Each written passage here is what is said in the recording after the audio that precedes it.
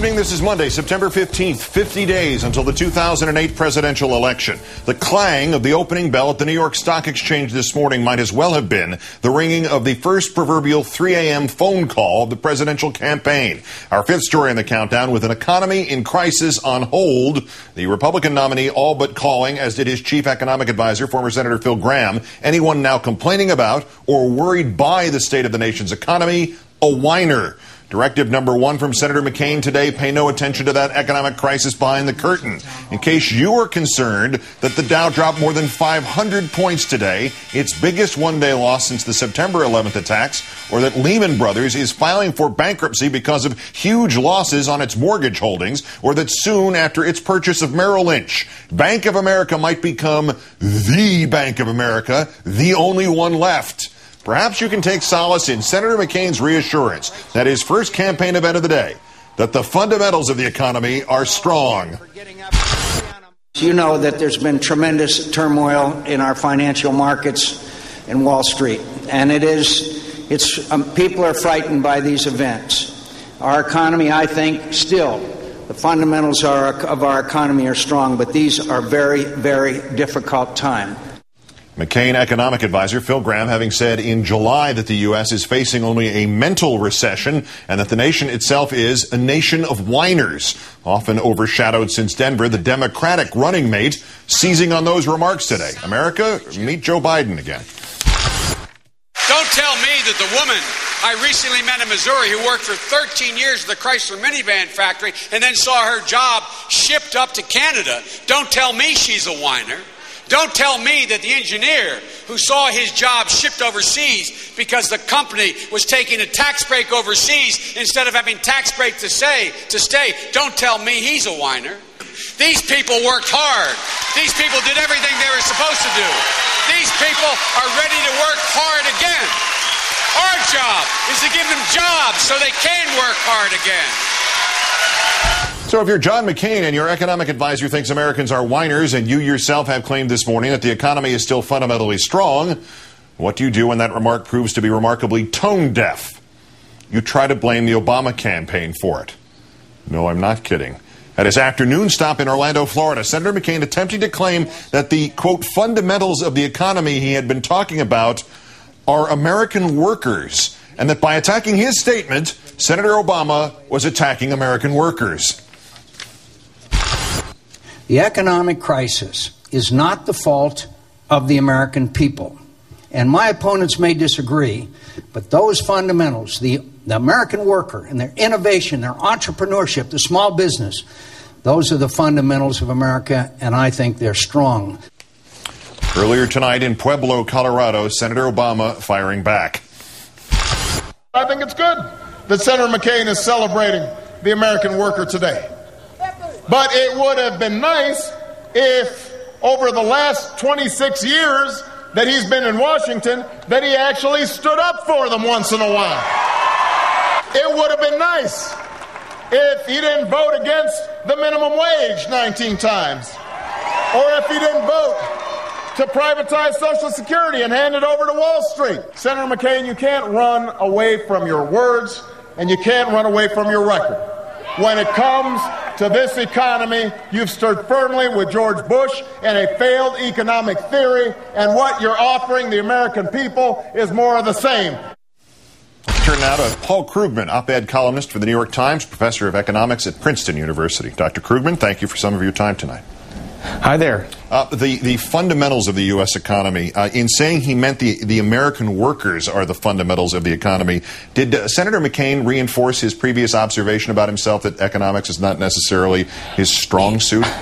I have to say, I guess history is not a strong suit because that's Herbert Hoover. I mean, wow. How is it that 75 years later, Republicans still can't stop themselves from quoting Herbert Hoover about how things are okay?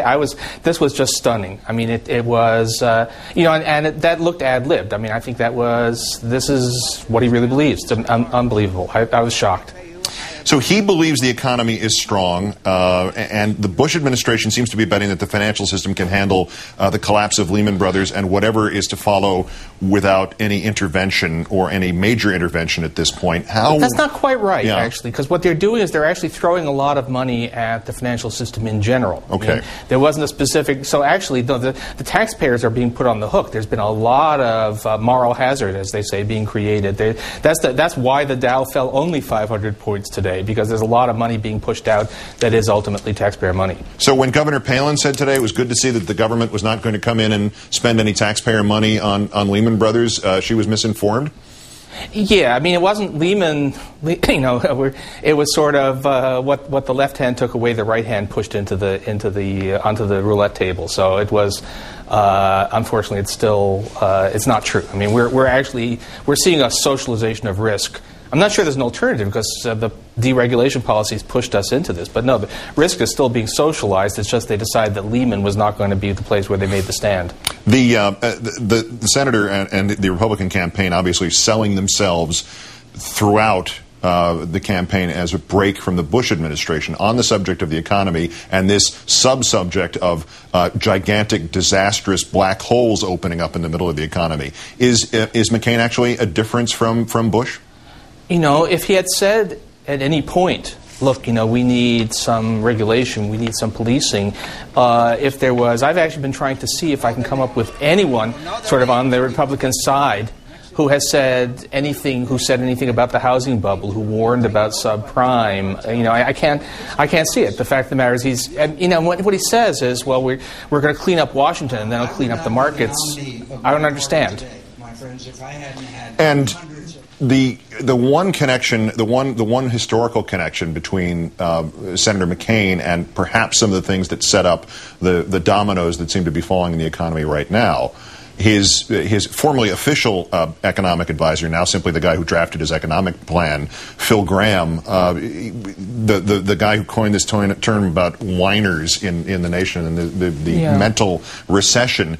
Did his role when he was the chair of the banking committee, did he in fact set up some of those dominoes and some of these current crises? I mean, if you're going to ask who's responsible for which people in an official capacity would bear the most responsibility for getting us into this mess, it would be number one, Alan Greenspan, and then number two, Phil Gramm. He's at the core of this. I mean, and by the way, whatever they may say officially, everybody knows that if McCain becomes president, Phil Gramm is the odds-on favorite to be the Treasury Secretary. What would that do to the American economy, do you think? Oh, boy. Well, under current management, Hank Paulson, I have some sympathy for. The Cossack works for the Tsar, and he can only do so much given the guy he works for. But boy, Phil Gramm, Ben Bernanke and I think Hank Paulson understand that we could manage to have another Great Depression if we work at it hard enough. I think Phil Gramm might be just the guy to do it.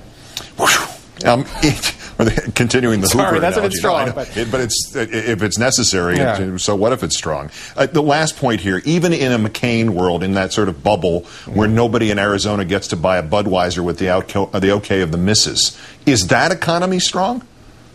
I actually haven't looked at Arizona, but look, I mean, aside from